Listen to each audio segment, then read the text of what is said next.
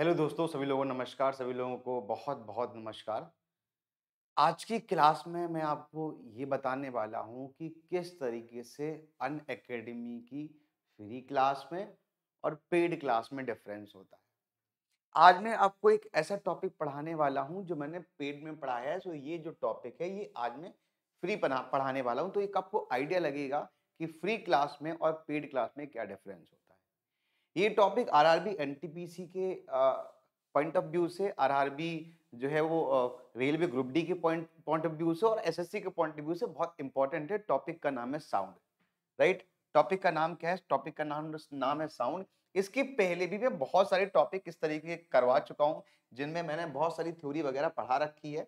तो आज मैंने जो टॉपिक चुना है उसका नाम है साउंड। इसके पहले मैंने काइनेमेटिक कराया है, एसआई यूनिट्स वगैरह कराया है, वर्क एनर्जी थ्योरम का पार्ट्स कराया है। तो आज उसी की सीरीज में मैं आज इस मंथ में जो टॉपिक फ्री देने वाला हूँ दैट इज द साउंड। ठीक है? तो साउंड से क्या-क्या क्वेश्चन बनते हैं? हर एक एग्जाम में साउंड से 2 से 3 क्वेश्चंस पूछे जाते हैं। ये क्वेश्चन अलग-अलग तरीके से बनते हैं कि भाई साउंड का बताइए कि यूनिट क्या होता है, राइट? या फिर साउंड की फ्रीक्वेंसी से क्वेश्चन बन सकता है, न्यूमेरिकल भी बन सकता है। साउंड 3 प्रकार की होती हैं, उनसे क्वेश्चन पूछे जाते हैं। तो हम सब कुछ इस छोटे से सेशन में, छोटा तो नहीं है, थोड़ा-सा बड़ा चलेगा क्योंकि हम डिटेल में एक-एक चीज़ जाएँगे। तो इस सेगमेंट में हम एक-एक चीज़ लेके चलेंगे, कुछ भी स्किप नहीं करेंगे। तो आपको एक आइडिया लगेगा कि फ्री ये जो पेड क्लास है, ये फ्री क्लास में क्या डिफरेंस होता है। ठीक है? तो चलो हम क्लास की शुरुआत करते हैं। तो सबसे पहले हम ये जानेंगे कि साउंड जो है वो क्या चीज़ होती है? हमारे आस-पास की चीज़ों में साउंड का क्या रोल होता है? मैं आपको बोल रहा हूँ, आप तक आवाज़ मेरी पहुँच रही है, किसी भी रूप में पहुँच रही है, right? Whether it is the sound created, sound is जो साउंड है ये किसी भी रूप में जा रही है आपके साथ में, आप फोन से सुन रहे हैं, आप जो है वो लैपटॉप से सुन रहे हैं, आप स्पीकर से सुन रहे हैं, लेकिन साउंड तक पहुंच ही रही है। तो हम चीज हर एक चीज डिटेल में समझेंगे। ठीक है भाई, चलो। तो सबसे पहले आपके सामने कुछ फिगर हैं, आप जरा ध्यान से इन फिगर्स को देखिए, इन पिक्चर्स को देखिए, आपको हर जगह साउंड नजर आएगी। हम यहां से शुरुआत करते हैं, राइट? हम यहां से शुरुआत करते हैं। जरा इस पिक्चर को आप ध्यान से देखिए। इस पिक्चर में ऊपर एक जहाज जा रहा है, उस जहाज से कुछ किरणें निकल रही हैं जो तलछटी पर टकराती हैं और टकरा के वापस आती हैं। आम भाषा में कहें तो इसे कहते हैं समुद्र की गहराई का पता लगाना। लेकिन आपको जानकर आश्चर्य होगा कि ये भी साउंड है। आपके जब पैर में दर्द होता है, कोई समस्या होती है, पैर की हड्डी टूट जाती है, कोई भी दिक्कत होती है, तो आप डॉक्टर के पास भागे-भागे जाते हैं। फिर आपसे डॉक्टर कहता है कि देखो यार, ऊपर से तो पता नहीं चलेगा कि आपको क्या बीमारी है। एक काम करते हैं, आप अल्ट्रासाउंड करवा लीजिए। पेट में पथरी है, बहुत दिन से जब समस्या हो रही है, जब भी बैठते हैं तो दर्द होता है पेट में। डॉक्टर कहता है कि आप अल्ट्रासाउंड करा लीजिए। अल्ट्रासाउंड भी एक साउंड का प्रकार है। कैसी साउंड का प्रकार है? अभी हम आगे चल के जानेंगे। ये आपको जो पिक्चर दिख रहा है, इसमें आपको एक छोटा-सा पक्षी दिख रहा होगा जो कुछ किरणें फेंक रहा है। वो किरणें उस पक्षी तक जा रही हैं और टकरा के वापस आ रही हैं, राइट? ये जो पक्षी है इसे हम कहते हैं चमगादड़ बैट। ये भी साउंड का उपयोग करता है। लेकिन आप सोच रहे होंगे सर कौन सी साउंड प्रयोग करता है, बाकी करते हैं कि नहीं करते? तो ऐसा नहीं कि सिर्फ चमगादड़ ही साउंड का प्रयोग करता है। बहुत सारे जीव साउंड का प्रयोग करते हैं और एसएससी ने तो बहुत अजीब से क्वेश्चन पूछे इसको लेके, वो भी हम डिस्कस करेंगे। ये जो तीसरा व्यक्ति दिख रहा है, ये आपको दिख रहा होगा कि एक छोटी-सी गिटार लिए हैं, गिटार में कुछ ऐसे-ऐसे कर रहा है और जब ऐसे-ऐसे कर रहा है तो बढ़िया से साउंड निकल रही है, साथ में गा भी रहा है, तो ये भी एक साउंड का रूप है। तो साउंड हर जगह हमारे आस-पास मौजूद है, अलग-अलग तरीके से। बस हमें देखने की ज़रूरत है कि हम साउंड का कहाँ-कहाँ पर प्रैक्टिकल यूज़ करते हैं। ये ज़रूरी नहीं कि हम बात कर रहे हैं, बोल रहे हैं तभी हमें साउंड सुनाई दे रही है, बस इसका इतना ही उपयोग है। हम बहुत सारी जगहों पर साउंड का उपयोग करते हैं, ध्वनि का उपयोग करते हैं। बात समझ में आ रही है? चलो भाई आगे चलते हैं। अब साउंड का सबसे पहले तो हम जानेंगे कि साउंड की डेफिनेशन क्या होती है, साउंड का मतलब क्या होता है। तो साउंड की डेफिनेशन को अगर हम लेके चलें तो साउंड कहता है इन फिजिक्स, मतलब भौतिकी में, साउंड इज अ वाइब्रेशन। ध्वनि एक कंपन है। अब ये कंपन इस बोर्ड पे मैंने किया तो भी कंपन हुआ। मैं बोल रहा हूं तो मेरे गले में कंपन हो रहा है। मैंने कोई भी ये चीज ले ली और मैंने इसको लेके ऐसे ऐसे किया तो ये भी एक कंपन कर रहा है। मतलब जब भी किसी वस्तु में कंपन होता है, ध्वनि उत्पन्न होती है और ये कंपन पार्टिकल्स में होते हैं। तो सपोज दैट में एक पार्टिकल है, इस पार्टिकल पे मैंने कंपन करवाया तो ये जो कंपन है, इस कंपन को बगल वाले पार्टिकल को दिया, बगल वाले पार्टिकल ने अपने बगल वाले पार्टिकल को दिया, और इस तरीके से साउंड आगे बढ़ती जाती है। मतलब ध्वनि जो है वो कंपन के रूप में आगे बढ़ती है। नीचे पिक्चर भी लिखा हुआ है, इस पिक्चर को भी हम अभी डिटेल से समझेंगे कि ये पिक्चर क्या कहता है। तो in physics sound is a vibration. ठीक है, यहां से क्वेश्चन पूछा गया है कि ध्वनि क्या है। ध्वनि एक एक कंपन है that propagate as a typical audible mechanical wave. दूसरा क्वेश्चन यहां से बनता है कि इनमें से कौन सी तरंग यांत्रिक तरंग होती है। रेलवे एनटीपीसी 2021 में क्वेश्चन पूछा गया है कि निम्नलिखित में से कौन सी मैकेनिकल वेव है। ऑप्शन में था अल्ट्रासोनिक, ऑप्शन में जो था वो एक्सरे था, रेडियो वेव था, और एक जो है साउंड वेव भी थी। तो साउंड हमारी क्या है, एक मैकेनिकल वेव है। दूसरी इंपॉर्टेंट चीज जो आपको याद रखनी है, साथ साथ में लिखते चलना दोस्त, ठीक है। जब आप ये वीडियो देख रहे हैं तो एक कॉपी बना लीजिए। इस कॉपी में 3-4 पन्ने में पूरा पूरा चैप्टर हो जाएगा, लेकिन आपके जिंदगी भर के लिए हो जाएगा। फिर 500 क्वेश्चन साउंड से आ जाए, आपके क्वेश्चन बन जाएंगे। दोबारा आपको वही चीजें बार बार पढ़ने की जरूरत नहीं पड़ेगी, ये मेरा वादा है, ठीक है। चलो, तो sound is a typical audible mechanical wave of pressure and displacement. मतलब जो साउंड है वो प्रेशर के थ्रू चलती है। अब जरा इस पार्टिकल को जरा ध्यान से देखो, ठीक है। इस पार्टिकल को, एक मिनट, इन पार्टिकल्स को जरा ध्यान से देखिए। इन पार्टिकल्स में आपको एक चीज दिखाई देगी कि ये वाले जो पार्टिकल हैं, ये क्या करते हैं, अपने बगल वाले पार्टिकल को फोर्स करके वापस अपनी जगह पर आ जाते हैं। बात समझ रहे हो। बगल में लड़का खड़ा हुआ है, मैंने उसको धक्का दिया और वापस आ गया, उसको धक्का मिल गया। अब वो बगल में जाके क्या करे, अपने बगल में धक्का देगा और वापस आ जाएगा। मतलब साउंड क्या करती है, साउंड का पार्टिकल आगे नहीं जाता है। साउंड का पार्टिकल आगे नहीं जाता, बल्कि साउंड का जो प्रेशर है वो आगे जाता है, पार्टिकल वहीं के वहीं रहता है। और जब पार्टिकल वहीं के वहीं रहता है तो हम एक तरीके से क्वेश्चन ये भी बनता है कि sound is what type of wave, longitudinal wave और ट्रांसवर्स वेव। तो दोस्तों ये हमेशा और हमेशा क्या होती है, लॉन्गिट्यूडनल वेव है। इस तरीके से आगे आगे बढ़ती जाती है, सीधी डायरेक्शन में नहीं चलती। ठीक है भाई, बात समझ में आ गई। तो ध्वनि से हमें क्या क्या चीजें पता चली। एक तो चीज हमें ये पता चली कि जो साउंड है, ठीक है, एक तो चीज हमें ये पता चली कि जो साउंड होती है उसे चलने के लिए मीडियम की जरूरत होती है, क्योंकि मैकेनिकल वेव हमेशा और हमेशा मीडियम में चलती है, माध्यम में चलती है। अगर माध्यम नहीं है तो साउंड ट्रैवल नहीं करेगी, और मीडियम होगा तो ही साउंड ट्रैवल करेगी। तो पहली चीज हमें क्या पता चली कि साउंड को माध्यम की जरूरत पड़ती है। दूसरी चीज हमें ये पता चली कि साउंड जो है वो एक मैकेनिकल वेव है।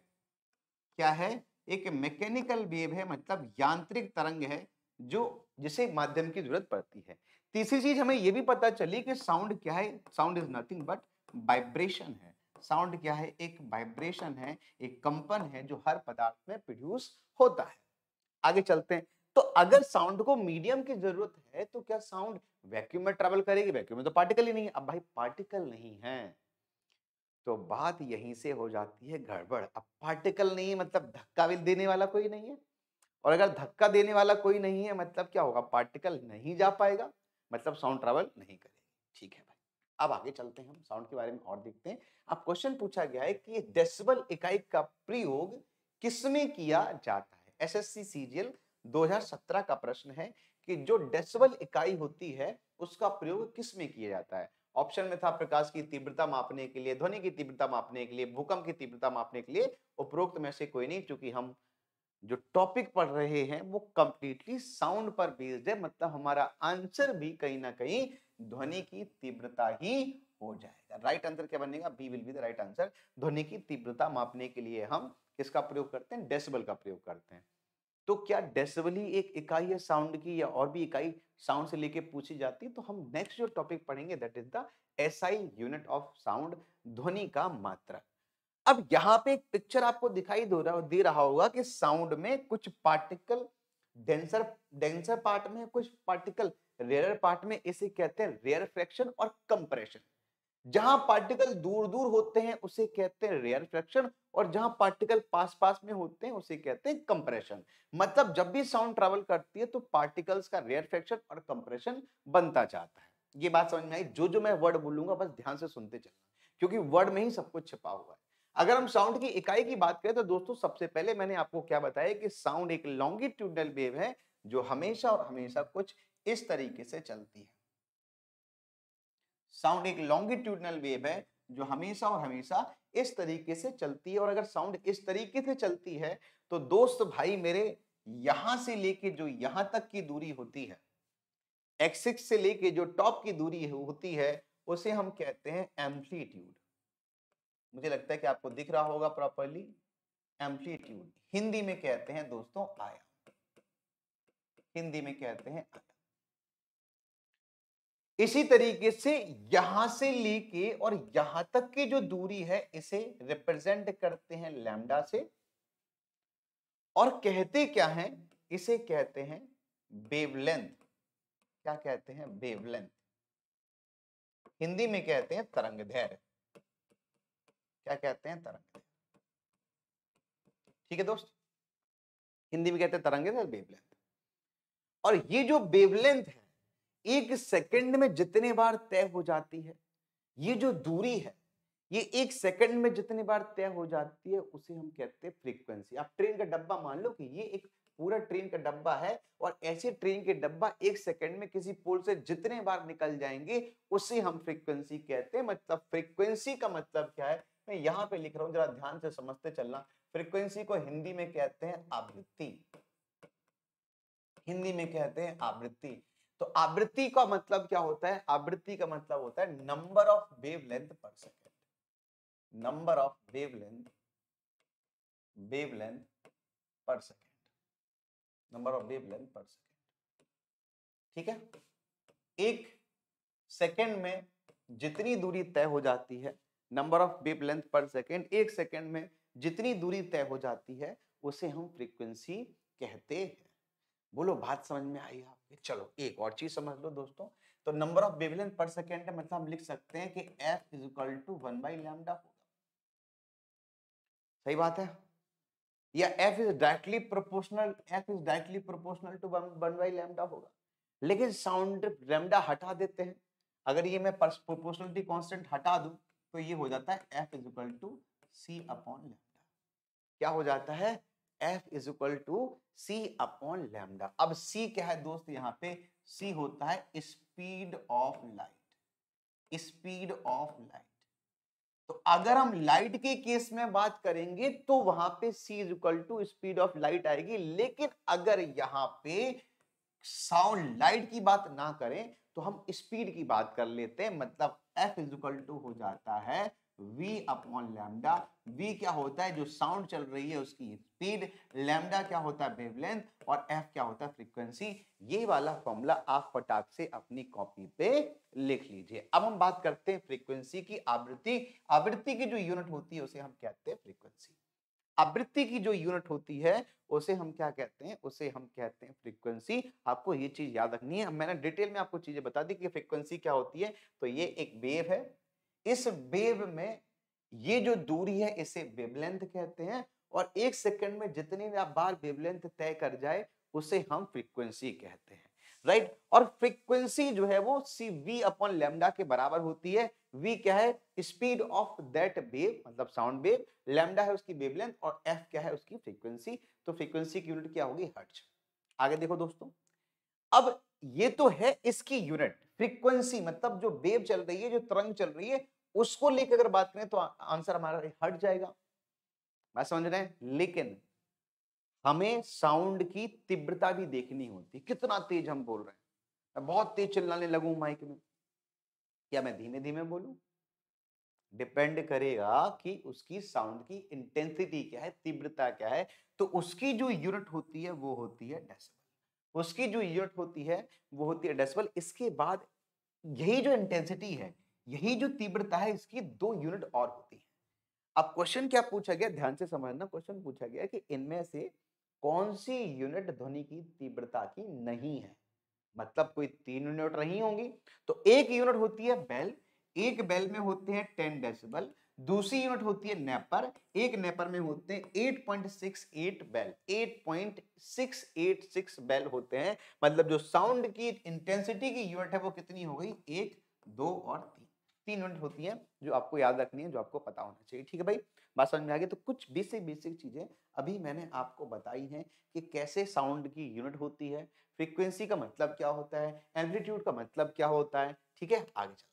अब क्वेश्चन अगर ध्यान से सुनिए, क्वेश्चन ये पूछा गया स्टेनो के पेपर में 2019 में, the sound wave and the frequency less than 24 hertz, 24 नहीं कह लो बल्कि 20 हर्ट्ज ही कह लो, आर कॉल्ड, इन्हें क्या कहा जाता है?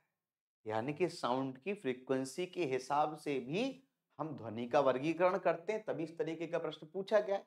साउंड भी हर्ट्ज के हिसाब से, फ्रीक्वेंसी के हिसाब से अलग अलग टाइप की होती होगी, तभी हमने ऐसा प्रश्न पूछा है। तो मुझे लगता है मोस्ट ऑफ द केसेस में जितने बच्चे मुझे देख रहे हैं सबको इसका आंसर पता होगा कि इसे हम कहते हैं इंफ्रासोनिक साउंड।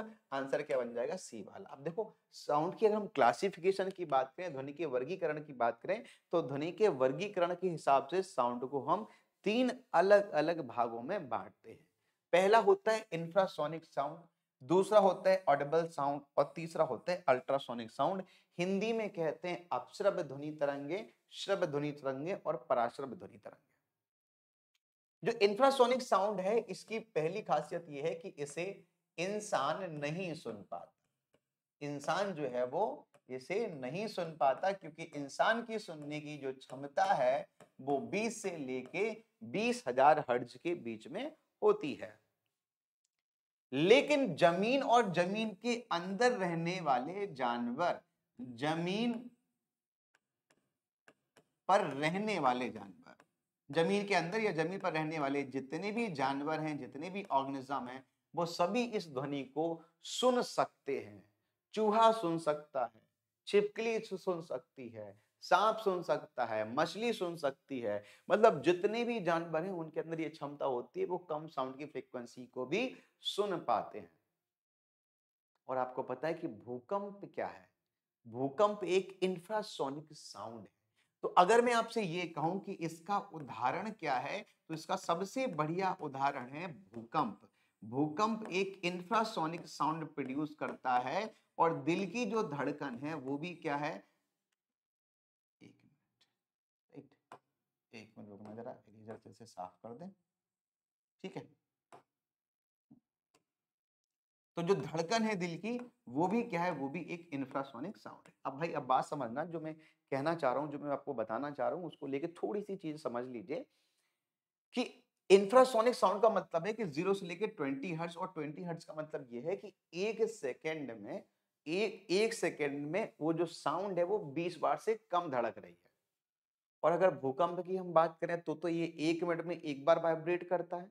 मतलब बहुत ज्यादा हो गया, फ्रीक्वेंसी तो इसकी जो है वो 1/60 हो गया, और भी कम हो गया है ना। सेकंड में, 1 सेकंड में जो है वो बहुत कम हो गया।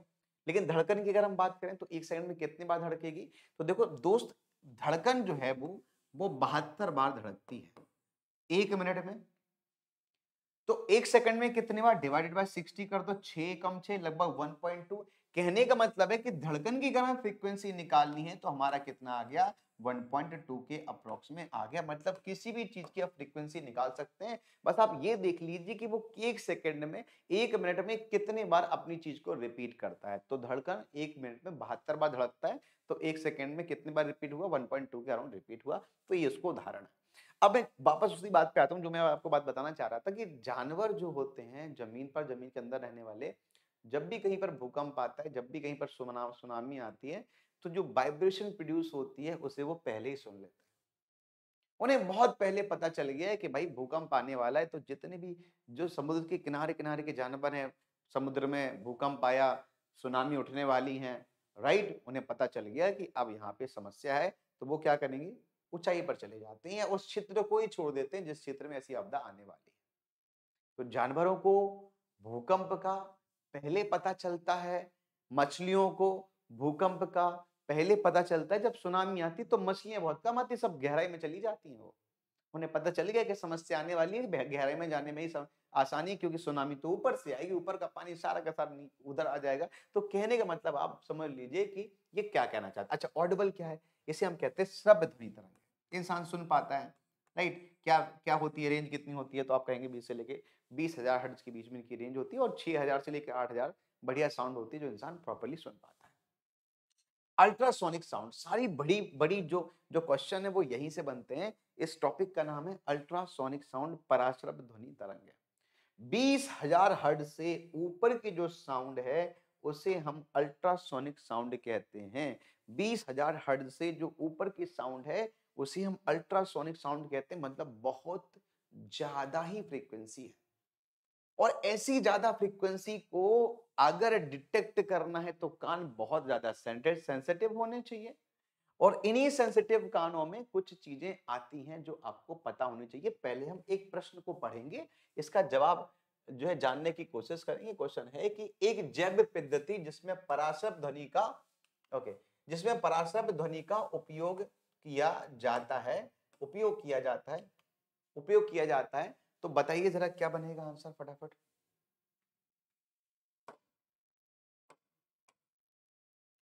एक मिनट ये हाँ आ गया।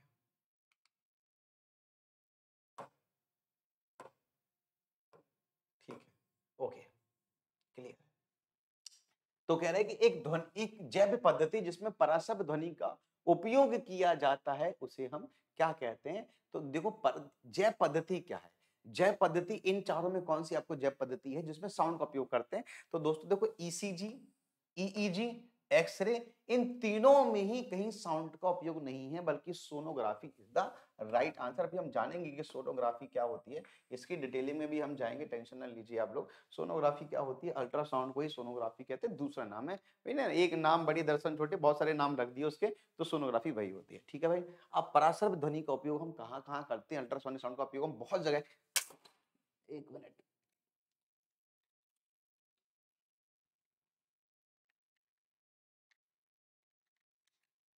हाँ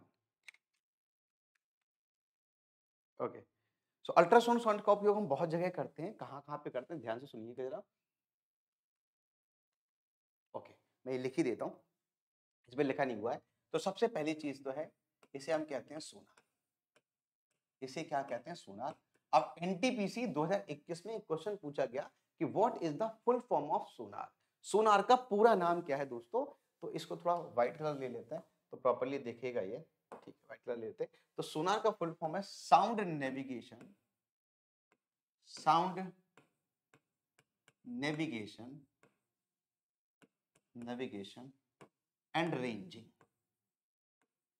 साउंड नेविगेशन एंड रेंजिंग, ये इसका फुल फॉर्म है। ठीक है। अब इसका कार्य क्या होता है साउंड का, तो इसका सोनार का कार्य होता है समुद्र की गहराई मापना। समुद्र की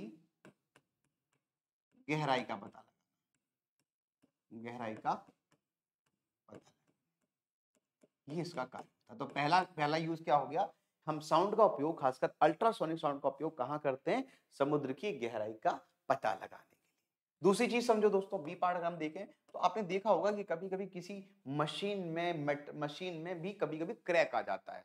तो किसी भी मशीन में क्रैक का पता लगाने के लिए साउंड पास कराते हैं। अब जो साउंड जा रही है सीधी सीधी स्मूथली जा रही है, बीच में वाइब्रेशन ज्यादा हो गया, वाइब्रेशन ज्यादा हो गया, इसका मतलब क्या है कि साउंड डिस्टॉर्ट हो रही है। अब साउंड जहां पे डिस्टॉर्ट हो रही है वहीं पे आप पता लगा लेंगे कि कहां पे क्रैक आया है। तो साउंड चूंकि सभी माध्यम में चल पाती है, तो साउंड को जब हम पास कराते हैं, जितनी यहां पर जितनी फ्रीक्वेंसी की साउंड हमने इस एंड से पास कराई है, अगर उतनी ही फ्रीक्वेंसी की साउंड हमें दूसरे एंड पर मिल जाए, मतलब ये हुआ कि साउंड सही है, मतलब बीच में कहीं भी क्रैक नहीं है। लेकिन अगर बीच में क्रैक है तो वही उसी फ्रीक्वेंसी की साउंड हमें वहां पर प्राप्त नहीं होगी। तो हम क्या करते हैं, क्रैक का पता लगाने के लिए, ठीक है, क्रैक लिख देता हूं मैं यहां पर, क्रैक का पता लगाने के लिए इसका उपयोग किया जाता है। क्लियर है, बात समझ में आई। क्रैक आप समझ गया होगे, मेटल में क्रैक होता है, ठीक है, किसी मशीन में क्रैक होता है। तीसरा पार्ट होता है, आपने देखा होगा बहुत सारे जो जहाज वगैरह होते हैं, एरोप्लेन वगैरह होते हैं, उनमें साफ सफाई के लिए बहुत ही, समझ रहे हो ना, बहुत ही कॉम्प्लेक्स स्ट्रक्चर है, आप जनरली साफ सफाई नहीं कर सकते उसकी। तो ऐसी साफ सफाई करने के लिए क्या करते हैं, साउंड का उपयोग करते हैं। तो हम कह सकते हैं, क्या लिखेंगे, चिमनी, एक तो चिमनी होती है और एक एरोप्लेन होता है। तो चिमनी और प्लेन और एरोप्लेन मतलब हवाई जहाज की सफाई करने के लिए, हवाई जहाज की सफाई करने के लिए इसका उपयोग किया जाता है। ठीक है, बात समझ में आई। अच्छा आगे चलते हैं, और कहां कहां करते हैं। इसी तरह एक और इसका यूज है, क्या यूज है, अल्ट्रासाउंड। ठीक है, तो मतलब अल्ट्रासाउंड क्या होता है, बॉडी को डायग्नोज करना, तो डायग्नोज द बॉडी, बॉडी की शरीर की जांच करने के लिए, है ना, तो शरीर की जांच करने के लिए इसका उपयोग करते हैं, शरीर की जांच करने के लिए। और कौन सी जांच, आंतरिक जांच, मसल्स वाली बात हो रही है, क्योंकि अगर हड्डी होगी तब तो हम एक्सरे यूज कर लेंगे, लेकिन अगर मांसपेशी होगी तो हम एक्सरे का उपयोग नहीं कर सकते, तो इसे हम नाम देते हैं अल्ट्रासाउंड, अल्ट्रासाउंड। ठीक है, इसे हम क्या कहते हैं, अल्ट्रासाउंड करवाने जा रहे हैं। अच्छा, यदि इसका एक और यूज होता है ई, कुछ वेस्टर्न कंट्रीज में, मतलब जो वैसी कंट्रीज हैं जहां पर बहुत ज्यादा ठंड पड़ती है, तो वहां पे पानी जो जो मिल्क होता है उसे बॉईल नहीं करते, बल्कि साउंड से ट्रीट करते हैं। तो मिल्क को प्यूरिफाई करने के लिए इसका उपयोग भी किया जाता है, तो हम लिख सकते हैं दूध का शुद्धिकरण, प्यूरिफिकेशन, शुद्धिकरण, purify the milk, to purify the milk, शुद्धिकरण इसी से किया जाता है। अब एक और चीज मैं आपको बताऊं कि मैंने अभी आपसे कहा था कि बहुत सारे जानवर जो हैं वो इसे सुन पाते हैं। कौन कौन से जानवर इसे सुन पाते हैं, तो मैं एक एक करके लिस्ट बना रहा हूं। सबसे पहले तो चमगादड़, चमगादड़ क्या करता है, साउंड को सुन भी सकता है और बता भी सकता है, मतलब लिसन और क्रिएट दोनों चीजें कर सकता है। तो चमगादड़ मुख्य रूप से साउंड प्रोड्यूस करता है, अल्ट्रासोनिक साउंड, आगे जाती है, वो टकराती है किसी जो चीज सामने है, राइट, उसे टकरा के वापस आएगी, तो उसे एक पता चल जाएगा कि सामने जो वस्तु रखी है वो कितनी दूरी पर है और उसका आकार कैसा है। क्योंकि जो साउंड जा रही है वो टकरा के आ रही है, तो उसे टाइम पीरियड पता चल जाएगा, कितनी देर में वापस आई, तो उसे आइडिया लग जाएगा कितनी दूरी है, और कितनी साउंड वापस आई उससे ये पता चल जाएगा कि सामने जो वस्तु रखी हुई है उसकी लंबाई चौड़ाई, उसका डायमेंशन क्या है। अगर सारी साउंड वापस आकर टकरा के, मतलब दीवार है सामने, और छोटी साउंड टकरा के वापस आई, मतलब कोई ना कोई चीज है वहां पे। और फिर ऐसा करते करते कि चमगादड़ों के अंदर वो आ जाती है एक तरीके की, मतलब एक वो आ जाती है कि उन्हें पता चल जाता है कि इतनी साउंड वापस आने पर हमें ये चीज खानी है, इतनी साउंड वापस आने पर हमें ये चीज नहीं खानी, मतलब वो अपना शिकार भी इसी साउंड का उपयोग करते हुए करते हैं। अच्छा, एक क्वेश्चन पूछा गया था कि चूहे वगैरह खिलने के लिए किस साउंड का उपयोग करते हैं, तो याद रखना अल्ट्रासोनिक साउंड होती है। क्वेश्चन ऐसे रियल में पूछा है, तो चूहे इसी साउंड का उपयोग करते हुए खेलते हैं, राइट। इसके अलावा हाथी भी इसका उपयोग कर पाते हैं, इसके अलावा हाथी भी इस साउंड को जो है सुन पाते हैं। इसके अलावा कुत्ते भी इस साउंड को सुन पाते हैं, ऑलरेडी मैं बता चुका हूं, कुत्ते जो है इस साउंड को सुन सकते हैं, है ना। और एक मछली भी होती है, मछली कौन सी है, वेल मछली। वेल मछली भी इस साउंड को प्रोड्यूस करती है, याद रखना, वेल मछली भी इस साउंड को प्रोड्यूस करती है। और एक और मछली होती है आप पेसा पेगरस करके कुछ करके, मैं नाम बता दूंगा उसको, मैं अभी मिस कर रहा हूँ उसको, वो भी इसी साउंड का उपयोग करती है, राइट, ट्रैवल करने के लिए। चलो आगे चलते हैं। तो इतने क्वेश्चन अल्ट्रासोनिक साउंड से पूछे जाते हैं, इतनी सारी जगह पर हम इसका उपयोग करते हैं, अल्ट्रासोनिक साउंड का उपयोग करते हैं। नेक्स्ट आगे देखते हैं, ध्वनि तरंगे नहीं चलती। अब हम आगे जो टॉपिक पढ़ रहे हैं, दैट इज द आगे जो टॉपिक पढ़ रहे हैं वो हम ये पढ़ रहे हैं कि ध्वनि जो तरंगे हैं वो किस में चल पाती हैं और किस में नहीं चल पाती।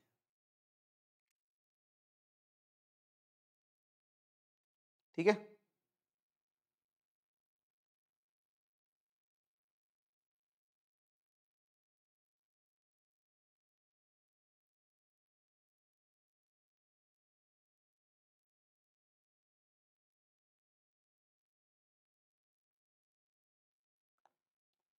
चलिए। ओके, तो देखो यार ध्यान से, ध्वनि तरंगे नहीं चल सकती। तो मैंने आपको बताया था कि साउंड, फिर से मैं सब कुछ रिकैप करा रहा हूं आपको। साउंड क्या है, साउंड एक वाइब्रेशन है, वाइब्रेशन है, और ये वाइब्रेशन लॉन्गिट्यूड फॉर्म में चलता है। ध्वनि एक तरंग है, एक वेव है, और ये वेव कब प्रोड्यूस होती है, जब वाइब्रेशन होता है। किस फॉर्मेट में चलती है, लॉन्गिट्यूडल वेव में चलती है। और किस तरीके की तरंग है, तो आपको मैंने बताया था यांत्रिक तरंग है। कौन सी तरंग है ये, यांत्रिक तरंग है। अब मुझे एक चीज और समझिए, समझाइए कि जो यांत्रिक तरंगे हैं, ये यांत्रिक तरंगों के लिए किसी ना किसी माध्यम की जरूरत पड़ती है। वो माध्यम ठोस भी हो सकता है, वो माध्यम द्रव भी हो सकता है, वो माध्यम लिक्विड, सॉलिड, लिक्विड और गैस तीनों ही हो सकते हैं, लेकिन वैक्यूम नहीं हो सकता। मतलब वैक्यूम में साउंड ट्रैवल नहीं कर सकती। D will be the right answer. UP PCS pre 2014 में ये प्रश्न पूछा गया था। अलग अलग मीडियम में साउंड की स्पीड अलग अलग होती है। तो speed of sound depend on the properties of medium through which it travel.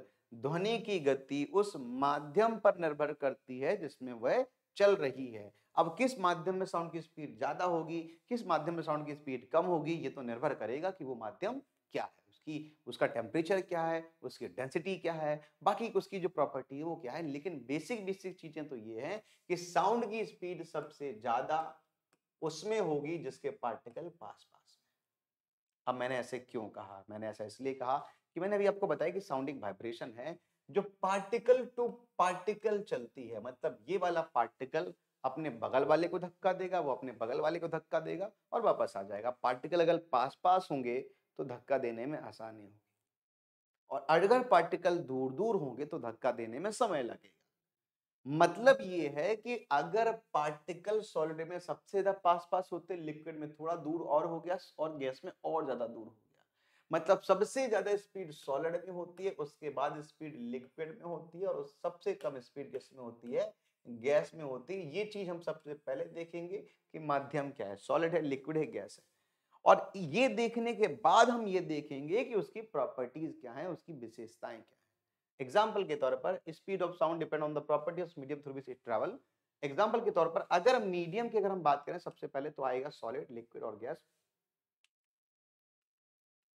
तो अगर हम मीडियम की बात करें तो सबसे पहले आएगा सॉलिड, उसके बाद आएगा लिक्विड, उसके बाद आएगा गैस। अब आता है टेम्परेचर। बहुत इंपॉर्टेंट है, ये क्वेश्चन बहुत बार पूछा गया है कि अगर मैं किसी माध्यम का तापमान बढ़ा दूं तो क्या कोई अंतर आएगा, कोई डिफरेंस आएगा? बिल्कुल डिफरेंस आएगा। जैसे जैसे हम तापमान बढ़ाते जाते हैं, तापमान बढ़ाया तो जो पार्टिकल है उसके अंदर एक काइनेटिक एनर्जी आ गई, वो गर्म हो गया, और गर्म हो गया तो काइनेटिक एनर्जी आ गई। और जब काइनेटिक एनर्जी उसके अंदर आती है तो पार्टिकल पहले से ही वाइब्रेशन करने लगता है। अगर वो पहले से ही वाइब्रेशन मोड में है तो पार्टिकल को, जो पहले से ही वाइब्रेशन मोड में है, एक और वाइब्रेशन को कैरी करने में आसानी रहती है। बात समझ रहे हैं? मतलब ये है कि जैसे मान लीजिए आप घर से बाहर निकले, सामने से आपको कहीं मार्केट जाना है, आपका भाई गाड़ी लेके पहले से स्कूटर ऑन करके खड़ा हुआ है, आप जाओगे तुरंत बैठ के निकल लोगे। स्कूटर खराब है, स्कूटर में तो किक लगानी पड़ती है, लेकिन उसने पहले से चालू करके रखा है, सीधे बैठे निकल लिए। कभी कभी लोग चुराते हैं ना, सामान वामान गाड़ी चुराते हैं, तो एक आदमी छुड़ाता है और दूसरा आदमी गाड़ी लेके तुरंत चालू हालत में रहता है, तुरंत बैठाता है और निकल लेता है। मतलब यही बात है कि अगर टेम्परेचर ज्यादा होता है तो पार्टिकल वाइब्रेट करते हैं, पार्टिकल वाइब्रेट करते हैं तो वाइब्रेशन बढ़ती है, वाइब्रेशन बढ़ती है तो जो जो साउंड है वो आसानी से ट्रेवल कर पाती है। तो मोर टेम्परेचर मोर स्पीड, मोर टेम्परेचर मोर स्पीड। बात समझ में आई? अब देखो दोस्त, एक बात और समझना कि 1 डिग्री तापमान बढ़ाने पर, क्या बोला मैंने? मैंने बोला 1 डिग्री तापमान बढ़ाने पर साउंड की स्पीड 0.61 मीटर पर सेकेंड बढ़ जाती है। 1 डिग्री तापमान बढ़ाने पर साउंड की स्पीड 0.61 मीटर पर सेकेंड बढ़ जाती है। बस यही चीज आपको याद रखनी है। आगे चलते हैं, ह्यूमिडिटी, आर्द्रता। अब आर्द्रता का क्या फर्क पड़ेगा साउंड की स्पीड पर? तो दोस्तों, जो आर्द्रता है वो क्या है? वाटर है, और एयर मतलब गैस है। साउंड की स्पीड वाटर में ज्यादा है, गैस में कम है। अगर गैस के अंदर पानी की मात्रा बढ़ेगी तो साउंड की स्पीड बढ़ेगी। मैंने क्या बोला? साउंड की स्पीड लिक्विड में ज्यादा है। तो डेफिनेटली है कि अगर आर्द्रता बढ़ेगी तो पानी के मॉलिक्यूल आएंगे, पानी के मॉलिक्यूल जो कि लिक्विड फॉर्मेट में, साउंड लिक्विड फॉर्मेट में ज्यादा तेज चलती है as compare to gaseous format. तो डेफिनेटली है कि इस मोर ह्यूमिडिटी, जितनी ज्यादा ह्यूमिडिटी बढ़ेगी उतनी ज्यादा स्पीड बढ़ेगी। मोर ह्यूमिडिटी मोर स्पीड, ज्यादा आर्द्रता ज्यादा चाल किसकी? साउंड की किसी माध्यम में। आगे देखो, प्रेशर, प्रेशर का क्या फर्क पड़ता है? तो दोस्तों, प्रेशर का कोई फर्क नहीं पड़ता। ये क्वेश्चन उत्तर प्रदेश लोक सेवा आयोग में बहुत बार पूछा गया है कि अगर किसी माध्यम का दाब दुगुना कर दें तो ध्वनि की चाल पर क्या प्रभाव पड़ेगा? ध्वनि की चाल पर कोई प्रभाव नहीं पड़ेगा। ठीक है, तो हम कहेंगे नो इफेक्ट। क्या कहेंगे? No effect, no effect. अगर प्रेशर डबल कर दो, तीन तीन गुना कर दो, 4 गुना कर दो, कोई फर्क नहीं पड़ेगा। आगे देखो, विंड का क्या रोल है भाई? विंड का मतलब हवा का क्या रोल है? सपोज दैट सामने एक पंखा रखा हुआ है, ठीक, मैं यहां से बोल रहा हूं, मेरी जो ध्वनि है वो सामने कैसे जा रही है? एयर के थ्रू ही जा रही है। मैंने बोला एयर के पार्टिकल आगे गए, पार्टिकल टकराते टकराते वहां तक पहुंच गए। लेकिन अगर मैंने सामने पंखा रख दिया है, अगर मैंने सामने पंखा रख दिया है तो साउंड, जो जो एयर है वो इस तरफ को आ रही है, पीछे की तरफ जा रही है, और मेरी ध्वनि आगे तरफ जा रही है। मैंने बोला पार्टिकल आगे जाना चाह रहे थे, लेकिन क्योंकि वहां से हवा इस तरफ को चल रही है तो पार्टिकल लौटना स्टार्ट हो गए। मतलब ये है आसान भाषा में कि साउंड की अगर एयर के साथ में है, सेम डायरेक्शन में विंड है, तो स्पीड बढ़ जाएगी, अपोजिट डायरेक्शन में तो घट जाएगी। तो सेम डायरेक्शन में इंक्रीज करेगी, सेम डायरेक्शन में अगर होगी तो ये इंक्रीज करेगी, ठीक है। और अगर ऑपोजिट डायरेक्शन में होगी, ऑपोजिट डायरेक्शन में होगी तो ये डिक्रीज करेगी, तो ये डिक्रीज करेगी, ठीक है। चले भाई आगे देखते हैं। Speed of sound in different medium, तो अलग अलग माध्यम में ध्वनि की अलग अलग चाल होती है, ये चीज हमें पता होना चाहिए। और ये मीटर पर सेकंड में रहती है, तो हमें ये चीज भी पता होनी चाहिए। जैसे एल्यूमिनियम में साउंड की स्पीड 6420 मीटर पर सेकंड, इसी तरीके से स्टील में साउंड की स्पीड 5950, आयरन में 5130, ग्लास में 5640, वाटर में 1483, राइट, इथेनॉल में 1207, मरकरी में 1450, एयर में 332, हाइड्रोजन 1261, हीलियम में 965, ऑक्सीजन में 316। तो अलग अलग माध्यम में साउंड की स्पीड अलग अलग होती है। और अगर मैं आपसे ये कहूं कि मैक्सिमम स्पीड किस में होती है दोस्तों, तो मैक्सिमम स्पीड होती है डायमंड में। कितनी होती है डायमंड में स्पीड? लगभग लगभग 12,000 मीटर पर सेकेंड, लगभग लगभग 12,000 मीटर पर सेकेंड। ये स्पीड किस में होती है? ये स्पीड डायमंड में होती है। और वहीं पे अगर मैं कहूं कि सबसे कम स्पीड किस में होती है दोस्तों, तो सबसे कम स्पीड होती है वैक्यूम में, क्योंकि वहां पार्टिकल ही नहीं है। जीरो आंसर बनेगा इसका। अब क्वेश्चन जो पूछा गया वो कुछ इस तरीके से ही, उत्तर प्रदेश लोक, ये आईएएस का क्वेश्चन है शायद, नहीं आईएएस का नहीं है ये, हाँ आईएएस का ही, एयर व्हाट नहीं, आईएएस का नहीं है ये, ठीक है। आईएएस का भी मैं बताऊंगा भी कैसा क्वेश्चन था। 20 डिग्री के तापक्रम पर किस माध्यम में ध्वनि की गति अधिकतम रहेगी? 20 डिग्री के तापमान पर किस माध्यम में ध्वनि की स्पीड सबसे ज्यादा होगी, मैक्सिमम होगी? तो मैंने भी क्या बताया, वो बहुत ही आसान चीज बताइए दोस्त। क्या बताइए कि अगर हम बात करें ध्वनि की, साउंड की स्पीड की, तो सबसे ज्यादा किस में होती है? सबसे ज्यादा होती है सॉलिड में, उसके बाद होती है लिक्विड में, उसके बाद होती है गैस में। ये तो बताई मैंने बात। सबसे ज्यादा सॉलिड, उसके बाद लिक्विड, उसके बाद गैस, ठीक। तो अगर सॉलिड में सबसे ज्यादा है तो सॉलिड इसमें कौन सा है? ग्रेनाइट है, आयरन है, इनमें तो होगी नहीं, हटा दो इसको। और ग्रेनाइट क्या है? ग्रेनाइट मतलब पत्थर की बात हुई, पत्थर से ज्यादा स्ट्रॉन्ग तो आयरन ही है। तो आंसर हमारा क्या बनेगा? लोहा इसका सही आंसर बन जाएगा। तो आयरन में, लोहे में स्पीड ज्यादा होती है as compare to granite. Granite में थोड़ी एयर वगैरह भी है तो स्पीड कम हो जाएगी, ठीक है। आगे चलते हैं नेक्स्ट क्वेश्चन। क्वेश्चन ये कि ध्वनि, वायु में ध्वनि की चाल 332 मीटर प्रति सेकंड है, यदि दाब बढ़ा दिया जाए, दाब को दोगुना कर दिया जाए तो ध्वनि की चाल क्या होगी? मैंने जस्ट आपको कुछ देर पहले ही बताया है कि ध्वनि की चाल का दाब पर कोई प्रभाव नहीं पड़ता। अच्छा एक क्वेश्चन यहां पर पूछा गया है, ये क्वेश्चन पूछा गया है एनटीपीसी के पेपर में कि 25 डिग्री सेल्सियस पर, 25 डिग्री के तापमान पर, 25 डिग्री के तापमान पर, तापमान पर 25 डिग्री सेल्सियस के तापमान पर वायु में, वायु में ध्वनि की चाल क्या? ध्वनि की चाल क्या? ठीक है, ये क्वेश्चन था। Option A 332, option B, option B जो है वो ऑप्शन बी था 336, ऑप्शन सी जो था 347, ऑप्शन डी जो था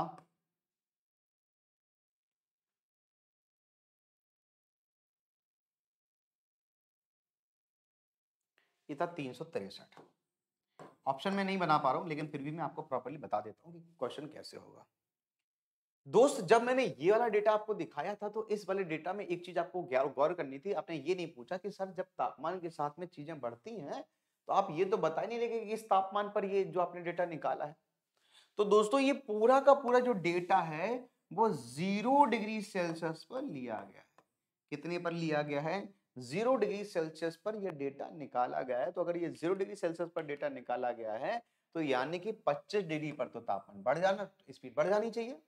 और कितनी स्पीड बढ़नी चाहिए इसका जवाब मैंने आपको बहुत पहले वाली स्लाइड में दिया है। जरा यहां देखिए कि टेम्परेचर, अगर टेम्परेचर हमारा 1 डिग्री सेल्सियस बढ़ जाए तो साउंड की स्पीड 0.61 मीटर बढ़ जाती है। मतलब ये हुआ, मतलब हमारी आसान भाषा में ये कह सकते हैं कि हमें अगर 100 डिग्री का तापमान बढ़ जाए तो साउंड की स्पीड कितनी हो जाएगी? 100 से गुणा कर दो, 61 मीटर पर सेकंड बढ़ जाएगी। तो 25 का मतलब 4 से भाग कर दो, इसमें 4 से भाग कर दो कितना बचेगा? लगभग 15 आएगा, 15 बढ़ेगी। तो अगर मुझे मैं इसमें 15 जोड़ दूं, 332 में 15 जोड़ दूं तो 5 और 2 7 आ गया, 3 और 1 4 आ गया, 347 आ गया। राइट आंसर क्या बनेगा? C will be the right answer. 347 348 के अप्रॉक्स जो है वो साउंड की स्पीड आएगी 25 डिग्री के तापमान पर। और अगर मैं आपसे ये कहता कि 50 डिग्री के तापमान पर कितनी आती है, 30 जोड़ देते आप, 362 आ जाती। 100 डिग्री के तापमान पर कितना होगा? 60 जोड़ देते, 352 भी आ जाती। है ना? बात समझ में आ रही है? आगे चलो। मनुष्य के लिए सामान्य और उच्चतम ध्वनि की सभ्यता सीमा क्या? आप देखो, सुनने की हम इंटेंसिटी पर आ गए, तीव्रता पर आ गए कि साउंड कितनी तीव्र हो सकती है, साउंड कितनी धीमी हो सकती है। हम उस फेज में, उस सेगमेंट में आ गए।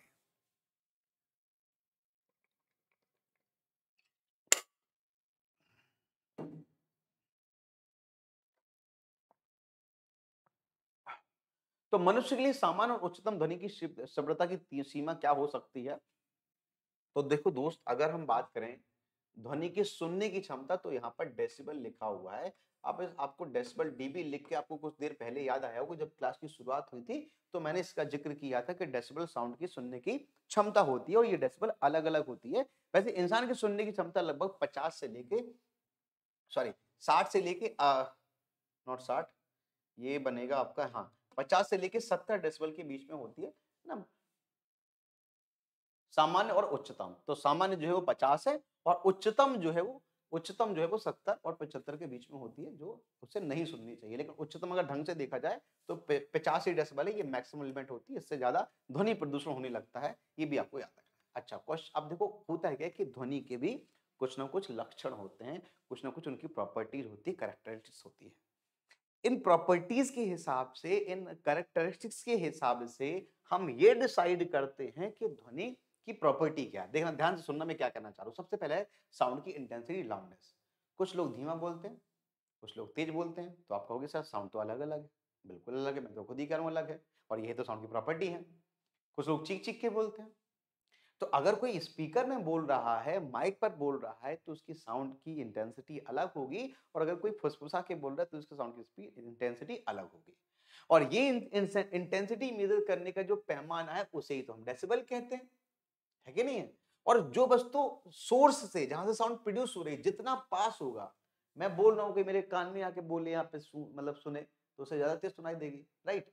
अच्छा, एक एग्जांपल मैं आपको देता हूं कि जैसे सपोज दैट हेडफोन होते हैं। हेडफोन को जब हम कान के अंदर लगाते हैं, बढ़िया आवाज आती है, एकदम प्रॉपरली आवाज आती है, तेज तेज सुनाई देता है। लेकिन जब वही हेडफोन हम कान से बाहर निकाल देते हैं तो साउंड धीमी हो जाती है, सुनाई नहीं दे रहा है हमें। क्यों नहीं सुनाई दे रहा है? कुछ तो रीजन रहा होगा।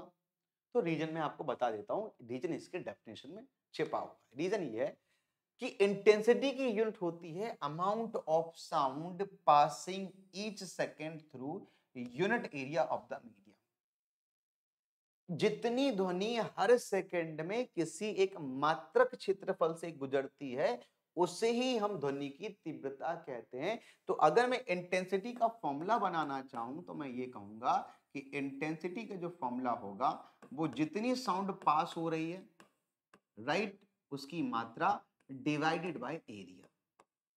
बात समझ में आ गई?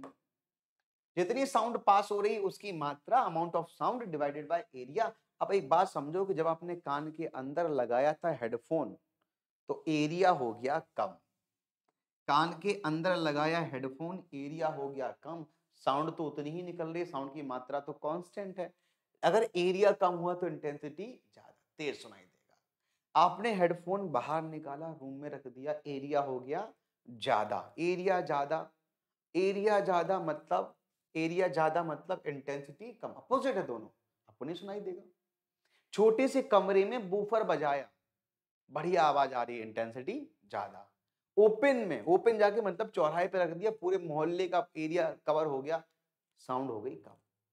मतलब एरिया अगर कम होगा तो इंटेंसिटी ज्यादा, एरिया जो है, और अगर एरिया ज्यादा तो इंटेंसिटी कम, दोनों अपोजिट है। यही कारण है कि हमें हेडफोन कान के अंदर ज्यादा अच्छे सुनाई देते हैं, क्योंकि एरिया हो जाता है कम।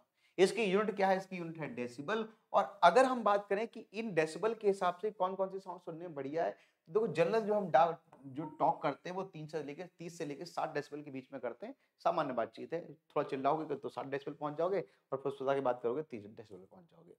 लेकिन डब्ल्यूएचओ कहता है कि सुनने के लिए सबसे जो बढ़िया ध्वनि है वो कितनी है? 45 डेसिबल। वर्ल्ड डब्ल्यूएचओ मतलब वर्ल्ड हेल्थ ऑर्गेनाइजेशन की बात हो रही है, जिन्हें इसका हेडक्वार्टर है।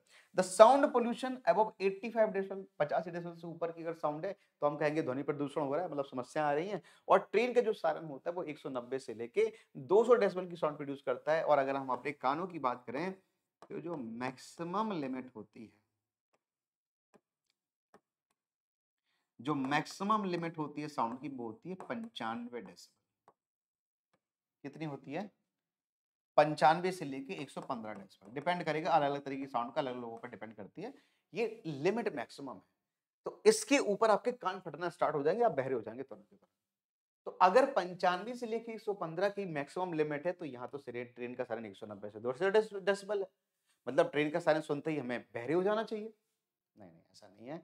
बहरे आप इसलिए नहीं हो रहे हैं क्योंकि, बहरे आप इसलिए नहीं हो रहे हैं क्योंकि जो ट्रेन का सायरन जो बज रहा है वो पूरे ओपन एरिया में बज रहा है। ट्रेन के प्लेटफॉर्म पे भी सुनाई दे रहा है, अगले स्टेशन पे भी सुनाई दे रहा है, पिछले स्टेशन पे भी सुनाई दे रहा है। एरिया बहुत ज्यादा है, और जब एरिया ज्यादा है मतलब डेसिबल हो गया कम। ठीक है? अब ट्रेन ट्रेन के जो सायरन होता है उसके उसके सायरन में आप कान लगा के सुनोगे, तब तो भैया तुम बहरे नहीं हो जाओगे, तुम्हारी आने वाली पीढ़ी भी बहरी हो जाएंगी, है ना? चलो आगे देखते हैं। पुरुषों की अपेक्षा महिलाओं की आवाज अधिक तीक्ष्ण होती है, क्योंकि महिलाओं की आवाज में ऐसी क्या चीज है? दोस्तों आपने सुना होगा कि लोग, महिलाओं की जो आवाज है पतली होती है और पुरुषों की आवाज मोटी होती है, लेकिन ये हमेशा ट्रू नहीं है। कभी कभी ऐसा भी होता है कि पुरुषों की जो आवाज है वो मोटी होती है, राइट? सॉरी, पुरुषों की जो आवाज है वो पतली होती है और महिलाओं की आवाज मोटी होती है। बहुत सारी महिला मैंने देखी है, जब वो बोलती है तो लगता है कि कोई मर्द बोल रहा है, मर्द तांगे वाला। और जब कोई कोई पुरुष ऐसा होता है जिसकी आवाज एकदम पतली होती है तो लगता है कि कोई रीना कटरीना बोल रही है, बहुत ही पतली आवाज है।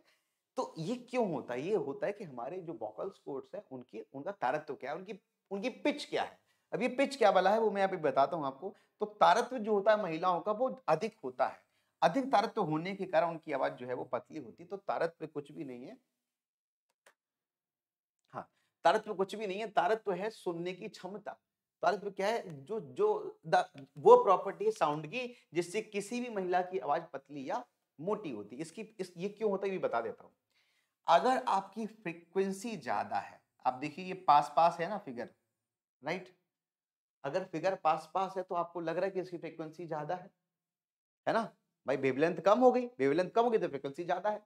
और अगर मैं इसकी बात करूं तो ये क्या हो गया? ये फ्रीक्वेंसी ज्यादा है। तो जितनी ज्यादा फ्रीक्वेंसी उतना हाई पिच, इसका पिच क्या होगा? हाई पिच, क्योंकि आवाज पतली बनेगी, तारा तो ज्यादा। और इसका पिच क्या होगा? लो पिच होगा। लो पिच होगा। मतलब एक चीज और आपकी बात में समझ में आ रही होगी कि जो महिलाओं की आवाज पतली है उसका एक रीजन ये है कि उनकी साउंड की जो फ्रीक्वेंसी है वो ज्यादा है। साउंड की जो फ्रीक्वेंसी है वो ज्यादा है, और महिला और पुरुषों की जो आवाज मोटी वो क्यों है? क्योंकि उनकी साउंड की जो फ्रीक्वेंसी है वो कम है, राइट, वेवलेंथ ज्यादा है।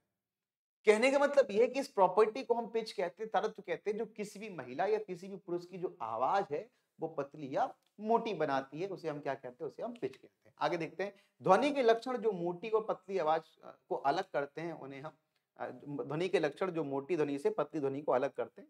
ठीक है, अगला प्रश्न देखिए, depends upon the frequency higher pitch shriller will be the sound. मतलब फ्रीक्वेंसी के हिसाब से जितनी ज्यादा फ्रीक्वेंसी होगी जितनी ज्यादा फ्रीक्वेंसी होगी उतनी ज्यादा पिच होगी, उतनी ज्यादा पिच होगी मतलब आवाज पतली होगी। ठीक है भाई, आगे देखिए।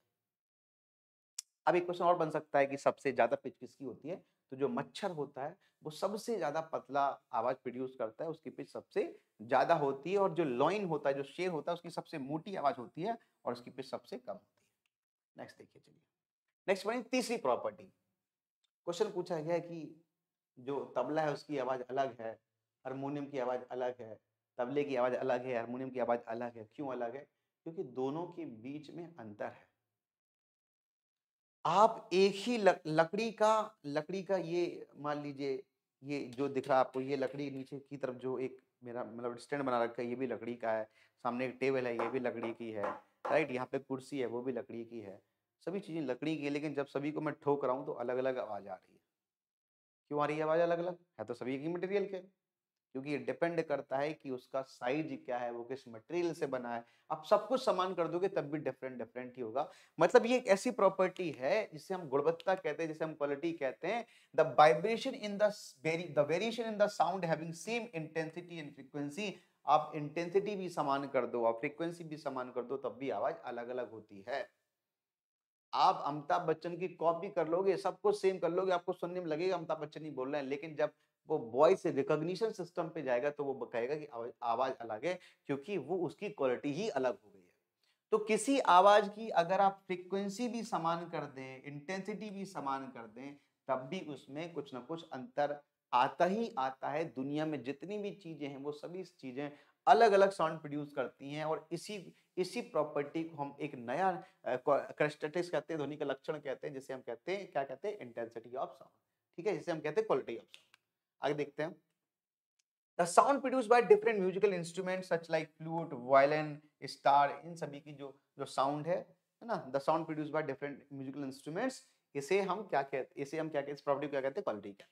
आगे चलते हैं, स्पष्ट प्रतिध्वनि सुनने के लिए परावर्तक और ध्वनि स्रोत के बीच में कम से कम कितनी दूरी होनी चाहिए? अब हम एक और सेगमेंट की तरफ बढ़ चुके हैं, इसे हम कहते हैं साउंड के रिफ्रैक्शन और साउंड के रिफ्लेक्शन को लेकर। साउंड भी रिफ्लेक्ट करती है, तो साउंड दो चीजें प्रॉपर्टी शो करती है, एक तो है रिफ्लेक्ट होना, और एक है रिफ्रैक्ट होना, रिफ्रैक्शन करना। दोनों के एग्जांपल मैं आपको बता देता हूँ कि अगर मैंने बोला सामने दीवार से टकरा के आवाज जरूर आएगी, तभी तो मुझे सुनाई दे रहा है ना, इधर से आवाज सुनाई दे, मेरी आवाज तो निकल गई ना, फिर मुझे कान तक कैसे पहुंची? उधर से टकरा के, उधर से टकरा के, उधर से टकरा के, तभी मैं सुन पाया। बस समझे? अगर मेरे बगल की दीवारें मेरी आवाज को एब्जॉर्ब कर ले तो मुझे खुद ही नहीं सुनाई देगा कि मैं क्या बोल रहा हूँ। समझ रहे हैं? अगर मेरे बगल की दीवारें सब कुछ एब्जॉर्ब कर ले तो मुझे खुद ही नहीं सुनाई देगा कि मैं क्या बोल रहा हूं। अगर आप स्पेस में चले जाएं और बोले वहां से, क्योंकि आसपास पार्टिकल नहीं है स्पेस में, और पार्टिकल नहीं है तो जो जो साउंड है आपकी वो ट्रैवल ही नहीं कर पाएगी, टकरा के वापस ही नहीं आ पाएगी, रिफ्लेक्शन नहीं होगा, साउंड सुनाई नहीं देगी। रिफ्लेक्शन का मतलब क्या होता है? मैं यहाँ पे बोल रहा हूँ, बगल में भाई साहब बैठ के सुन रहे हैं, सर पढ़ा रहे हैं, बहुत ही बढ़िया पढ़ाते हैं सर, रिफ्लेक्शन हो रहा है। अगर आवाज दीवार से निकल के दूसरी जगह चली जाए, रिफ्लेक्शन होता है, और आवाज टकरा कर वापस आ जाए तो रिफ्लेक्शन होता है। दोनों ही चीजें साइमल्टेनियसली चलती हैं, रिफ्लेक्शन भी होता है, रिफ्लेक्शन भी होता है। रिफ्लेक्शन ज्यादा होता है, टकरा कर आवाज सीधी वापस आ जाती है, रिफ्लेक्शन में थोड़ी आवाज डिस्टॉर्ट हो जाती है, कम हो जाती है। अब कोई भी आवाज टकराती तभी है जब कोई भी आवाज कभी कभी आपको दोबारा सुनाई देती है, इसे हम कहते हैं प्रतिध्वनि, इको कहते हैं इंग्लिश में, कहीं पे लिखा होगा। ठीक है, to clear the echo, echo कहते हैं इसको। आपने कभी कभी देखो कुएं में अगर आप जाओगे तो कुएं में जाके बोलिए हेलो, कुआ वाला बोलेगा हेलो, राइट। ऐसी बचपन में फीलिंग आती थी कि नीचे भी कोई बैठा हुआ है। अभी मैं नैनीताल गया, तो वहाँ पे क्या कि मैं आपको 13 पॉइंट दिखाऊँगा, राइट? 13 पॉइंट दिखाऊँगा, आपसे इतने पैसे लूँगा। मैंने कहा बहुत बड़ी बात है, पता नहीं कौन-कौन से। अब वो करता क्या है कि लेके जाता है और कहीं भी सड़क पे खड़ा कर देगा, कहेगा ये पता नहीं ऐसा पॉइंट है, ये व्यू पॉइंट है, ये व्यू पॉइंट है, ऐसे करके आपको खड़ा कर देगा। एक जगह पे खड़ा किया, उसने कहा कि यहाँ से आवाज़ जो है आप बोलोगे तो टकरा के वापस आएगी। भैया पहाड़ों में तो वैसे ही टकरा के आवाज़ वापस आती है। क्योंकि वहाँ पे तो रिफ्लेक्शन हो रहा है, वहाँ पे तो आवाज़ इको करती है और इको करने के लिए कम से कम दूरी 17 मीटर होनी चाहिए। अब ये क्यों होता है वो भी मैं आपको 17 मीटर से ज़्यादा दूरी होनी चाहिए, उससे कम नहीं होनी चाहिए। ऐसा क्यों होता है वो मैं आपको बताता हूँ, इको का प्रॉब्लम क्या है, इको का सिस्टम क्या है, मैं पूरी चीज़ आपको डिटेल में समझाता हूँ, इको क्या चीज़ होती है। जब भी एक कोई व्यक्ति किसी भी साउंड को प्रोड्यूस करता है, जब भी एक व्यक्ति किसी भी साउंड को प्रोड्यूस करता है, सबसे पहले तो एक साउंड उसी के दिमाग में जाती है, मतलब उसी कान में जाती है और दूसरी साउंड सामने जाती है, टकराती है, टकरा के वापस आती है। ठीक है? लेकिन अगर इस व्यक्ति और इस दीवार के बीच की दूरी 17 मीटर से कम है, तो होता क्या है कि ये साउंड टकराकर उसकी हमारे कान पर साउंड 1/10 सेकंड तक मौजूद रहती है। ठीक है? ध्यान से समझना जो मैं कहने वाला हूं आपको। पहले मैं इसको प्रॉपर्ली मिटा देता हूं, है ना? प्रॉपर्ली एक-एक चीज मिटा देता हूं। तो मैंने क्या बोला कि हमारे कानों पर ध्वनि कितने समय तक रहती है? हाँ, राइट। तो हमारे कानों पर ध्वनि कितने समय तक रहती है? 1/10 सेकंड तक रहती है। ठीक है? अब अगर इस दीवार से साउंड टकरा कर 1/10 सेकंड के पहले आ गई, अगर इस ध्वनि इस दीवार से साउंड टकराकर 1/10 सेकंड के पहले आ गई, तब तो क्या होगा? अभी तो आपने बोला और आपके दिमाग में आवाज है 1/10 सेकंड तक, और दूसरी आवाज जो टकरा के वापस आनी है वो भी 1/10 सेकंड के पहले आ गई, तो क्या होगा? उसी के साथ में वो आवाज मिल जाएगी। और जब उसी के साथ में वो आवाज मिल जाएगी तो आपको पता ही नहीं चलेगा, आपको सिर्फ अपनी आवाज तेज सुनाई देगी, लेकिन आपको अलग आवाज नहीं आएगी। लेकिन अगर मैंने आपसे ये कहा कि मैं इस दीवार को बहुत दूर जाके यहाँ पे जाके खट्टा बहुत दूर जाके खड़ा कर दूं, 17 मीटर से ज्यादा दूर खड़ा करूं, 17 मीटर ही क्यों है वो भी मैं आपको बताता हूँ। तो 17 मीटर से अगर मैं ज्यादा दूर जाकर खड़ा कर दूं तो होगा क्या कि साउंड यहाँ तक जाएगी, यहाँ तक जाएगी, टकरा के जब वापस आएगी तो उसे 1/10 सेकंड से ज्यादा समय लग जाएगा। और अगर 1/10 सेकंड से ज्यादा समय लग जाएगा तो उसे दो साउंड सुनाई देंगी। एक साउंड तो वो जब उसने बोला था, जिसके दिमाग पे गई, 1/10 सेकंड तक रही और गायब हो गई। और दूसरी साउंड वो जो 1/10 सेकंड के बाद में आई और उसे अपनी ही आवाज दोबारा सुनाई दी। तो जब किसी व्यक्ति को अपनी ही आवाज दोबारा सुनाई देती है तो इस फेनोमेना को हम इको कहते हैं। और कुएं में यही होता है, जब हम बोलते हैं कुएं में तो आवाज, जो आवाज है वो कुएं की दीवार से टकराते इधर से इधर टकराती है, उधर से उधर टकराती है और 1/10 सेकंड के बाद में आती है, तो हमें लगता है कि दूसरी आवाज आ रही है। दूसरी आवाज नहीं है, वो आपकी ही आवाज है, देर से आई है बस। वो तब लौट के आई जब तक आपके दिमाग की आवाज खत्म हो गई। मतलब हम इस कमरे में बैठे हुए हैं ना, तो मुझे इको नहीं करेगा क्योंकि कमरे की दीवार 17 मीटर से कम है। लेकिन अगर मैं बड़ा सा हॉल ले लूं, एकदम खाली कर दूं जहां पे एब्जॉर्प्शन ना हो पाए साउंड का, तो मुझे इको करेगी आवाज, मुझे गूंजेगी आवाज। तो बात समझिए मैं क्या कहना चाह रहा हूं। 1/10 सेकंड क्यों है, मैं भी वो बता देता हूं कि साउंड की स्पीड कितनी होती है। उसका देखो एक लॉजिक है। साउंड की स्पीड होती है 332 या फिर 340 लेके चलते हैं, हम एक रफली फिगर लेके चलते हैं, क्योंकि 0 डिग्री पे तो बात बनती नहीं है ना? तो हम इसको 340 डिग्री सेल्सियस लेके चलते हैं, लगभग 15 डिग्री सेल्सियस, 16 डिग्री सेल्सियस या 20 डिग्री सेल्सियस का तापमान रहता है। ठीक है? तो 340 मान के चलते हैं। तो ये साउंड की स्पीड है मीटर पर सेकंड। ठीक है? अब चलिए एक चीज मुझे और बताइए कि अगर साउंड जाती है और टकरा के वापस आती है तो है ना? उसने कहा कि 1/10 सेकंड लगना चाहिए समय हमारे दिमाग पर, हमारे साउंड दिमाग पर साउंड कितनी देर तक है? 1/10 सेकंड तक है। अगर साउंड 1/10 सेकंड तक है तो मतलब ये हुआ कि यहां से साउंड गई होगी 1/20 सेकंड में और वापस आई होगी 1/20 सेकंड में, तभी तो 1/10 सेकंड बनेगा। बात समझ में आ रही कि नहीं आ रही है? बोलो। अगर साउंड को यहां से यहां तक टकरा के वापस 1/10 सेकंड में आना है तो इसके आधे समय में ही तो पहुंचेगी यहां तक, तो 1/20 सेकंड हो गया। अब 1/20 सेकंड हो गया, ये इसकी स्पीड है, तो दूरी बराबर क्या होगा? तो दूरी बराबर होता है स्पीड इंटू टाइम। तो 340 इंटू टाइम 1/20। इससे ये कट गया, इससे ये कट गया, आंसर कितना आ गया? 17 मीटर। और समझ में आ गई? तो ये 17 मीटर इसलिए लिया गया ताकि साउंड यहां से यहां तक जब लौट के वापस आए तो 1/10 सेकंड का समय लग जाए। मतलब सब कुछ चीजें स्टार्ट होती है परसिस्टेंस ऑफ साउंड से। साउंड कितनी देर तक आपके दिमाग पर बैठी रही है, उसी से चीजें आगे चलती हैं।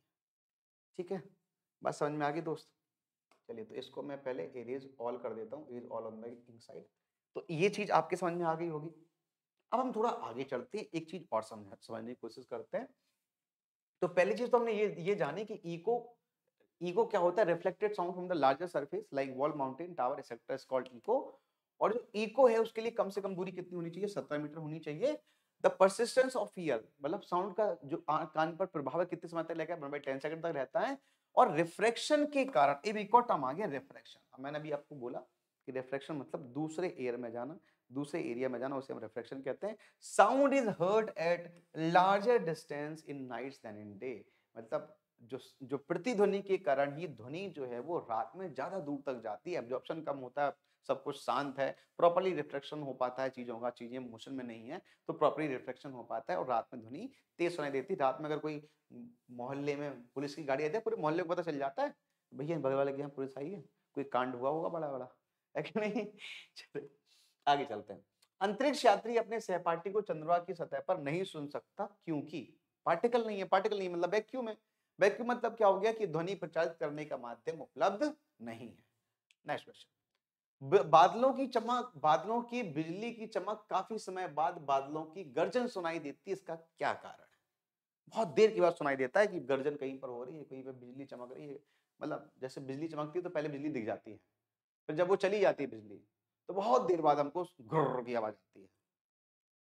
बात समझ में आ रही? क्योंकि लाइट की स्पीड है, कितनी स्पीड है, 3 इंटू 10⁸ मीटर पर सेकेंड। और साउंड की स्पीड कितनी है, साउंड की स्पीड है, तो साउंड की स्पीड है 300, साउंड की स्पीड है 332 मीटर पर सेकेंड। दोनों में तो बड़ा अंतर नजर आ रहा है यार मुझे। तो 332 मीटर पर सेकेंड और इन दोनों में जमीन आसमान का अंतर है, पहले हमारी लाइट पहुंच जाएगी। निम्नलिखित में से क्या ध्वनि का तारतम्य निर्भर करता है? मैंने क्वेश्चन क्या बताया कि तारतम्य किस पर निर्भर करता है, मैंने आपको बताया था कि तारतम्य मतलब पतली आवाज। पतली आवाज कब होती है, जब फ्रीक्वेंसी ज्यादा होती है। मतलब मुख्य रूप से किस पर निर्भर करता है, फ्रीक्वेंसी पर निर्भर करता है। B right answer. ठीक है, आगे देख लेते हैं। 20 हर्ट्ज से कम आवृत्ति को क्या कहते हैं? तो 20 हर्ट्ज से कम आवृत्ति को मैंने आपको बताया क्या कहते हैं, हम इंफ्रासोनिक, सॉरी ये पहला वाला इंफ्रासोनिक साउंड कहते हैं। A will be the right answer. क्या कहा जाता है इसे, इंफ्रासोनिक साउंड कहा जाता है। अगला प्रश्न क्या है, वर्षा वाले दिनों में अधिक दूरी, ध्वनि जो है वो अधिक दूरी तक सुनाई देती है। अब यार ये तो और लॉजिक सी बात है ना, मैंने क्या बताया, अगर ह्यूमिडिटी ज्यादा होगी मतलब पानी ज्यादा होगा, वर्षा वाले दिनों में तो पानी ही पानी है, तो अगर पानी में साउंड की स्पीड तेज चलती है, अगर तेज चलती है तो दूर तक जाएगी, सिंपल सा लॉजिक है। तो वर्षा वाले दिनों में अधिक दूरी होती है क्योंकि ध्वनि आर्द्र आर्द्र वायु में तेज चलती है एज कंपेयर टू नॉर्मल वायु में। ठीक है, तो अब जो आर्द्र वायु उसमें ज्यादा चलती है। ठीक है, तो ये टोटल चैप्टर था आज इस साउंड का। मैंने आपको सारे क्वेश्चंस करवा दिए हैं जो साउंड से पूछे गए हैं। मैंने आपको कंप्लीट थ्योरी बताई है जो साउंड से पूछी जा सकती है। तो इस तरीके से आप देख सकते हैं, इस तरीके से आप देख सकते हैं, एक मिनट रुकना, हाँ, इस तरीके से आप देख सकते हैं कि कि हम प्लस वाले कोर्सेस में कैसे पढ़ाते हैं, किस तरीके से चीजें प्लस के कोर्सेस में पढ़ाई जाती हैं। ये इसका एक आपको आइडिया लग गया होगा। बोलो बात समझ में आई? अब हम थोड़ी एक चीज और बात कर लेते हैं कि अगर आप अनअकैडमी पर सब्सक्रिप्शन लेना चाहते हैं, राइट, इसी तरीके से, तो आपको कितना पे करना पड़ेगा? ये आपको कोई बहुत ज्यादा पे नहीं करना पड़ता है। बहुत ही कम दामों पर आप इस तरीके की अमेजिंग क्लास ले सकते हैं, इस तरीके की अमेजिंग क्लास देख सकते हैं। उसके लिए ऐसा नहीं कि आपको बहुत ज्यादा लाखों रुपए खर्च करने हैं, बहुत ही कम अमाउंट में कंप्लीट थ्योरी आप पढ़ सकते हैं। एक महीने का जो सब्सक्रिप्शन है वो 1300 रुपए है, 3 महीने का जो सब्सक्रिप्शन है वो 320 रुपए है, 6 महीने का जो सब्सक्रिप्शन है वो 520 रुपए है, 12 महीने का जो सब्सक्रिप्शन है वो 650 रुपए है, और 24 महीने का सब्सक्रिप्शन 7800 रुपए का है। अब 28 तारीख मतलब कल के दिन के बाद में, मतलब आज के दिन के बाद में, आज के दिन के बाद में 28 फरवरी के बाद में जो सब्सक्रिप्शन का जो 10% का डिस्काउंट है ये कम होकर केवल 5% का ही बचेगा। अब ये मैंने क्या बताया, 10% 5%, ये तो प्राइस है। लेकिन अगर आप मेरा कोड अप्लाई करते हैं योगेंद्र, ये वाला नीचे वाला, तो आपको मिलेगा 10% का डिस्काउंट।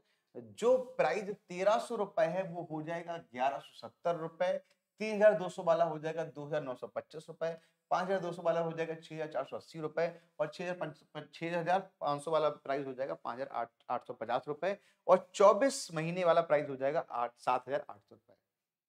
अगर आपके पास क्रेडिट कार्ड है, डेबिट कार्ड है, तो आप ईएमआई ऑप्शन भी अवेल कर सकते हैं। ठीक है, ईएमआई ऑप्शन भी अवेल कर सकते हैं। अब प्लस के क्या-क्या फायदे हैं? प्लस का पहला फायदा तो ये है कि आप ऑल सब्जेक्ट पढ़ सकते हैं, all subject, right, all teacher, सारे के सारे टीचर आपको मिलते हैं, सारे के सारे सब्जेक्ट आपको मिलते हैं, राइट, सारे टीचर, सारे सब्जेक्ट, ऑल बैचेस, बैचेस भी बनाए जाते हैं। जो टॉप टीचर हैं, पहले 3-10 टीचरों का मिलके एक एक फिजिक्स, एक मैथ का रहेगा, एक रीजनिंग का रहेगा, एक जीएस का रहेगा, उनका बैच बना दिया जाता है और फिर आप रेगुलरली जैसे आप ऑफलाइन क्लास में पढ़ते हैं वैसे पढ़ने का मौका मिलता है आपको। हर वीक में आपका, हर 3 क्लास के बाद में आपका टेस्ट होता है, वीक में अलग से टेस्ट होता है ना? बहुत सारी वहाँ पे आपको टेस्ट सीरीज मिलती हैं, तो ये सभी चीज़ें आपको इसी प्राइस में मिल जाता है। आपको अलग-अलग टीचर को पे करने की ज़रूरत नहीं है, आप एक ही अमाउंट पर सारे टीचर की क्लासेस देख सकते हैं। ठीक है? तो बात समझ में आ गई? ये इस तरीके से प्लस और फ्री का फ़ायदा है। अगर प्लस में पढ़ते हैं तो वो चीज़ें बहुत ज़्यादा डिटेल में बेसिक तरीके से समझाई जाती हैं और अगर फ्री में पढ़ते हैं तो वो केवल चीज़ें जो है वो आपको रिवीजन के लिए फ्री क्लासेस ठीक है, लेकिन अगर आप डिटेल में पढ़ना चाहते हैं तो plus is the best option. Thank you all, bye bye all. मुझे लगता है कि ये क्लास आपको अच्छी लगी होगी, कमेंट बॉक्स में ज़रूर बताएँ और इस तरीके की वीडियो अगर आप चाहते हैं तो हमें जो है लिख सकते हैं और टॉपिक बताइएगा मुझे कि कौन-सा टॉपिक आप पढ़ना चाहते हैं, उस टॉपिक को हम अगली बार लेके आएँगे। जय हिंद।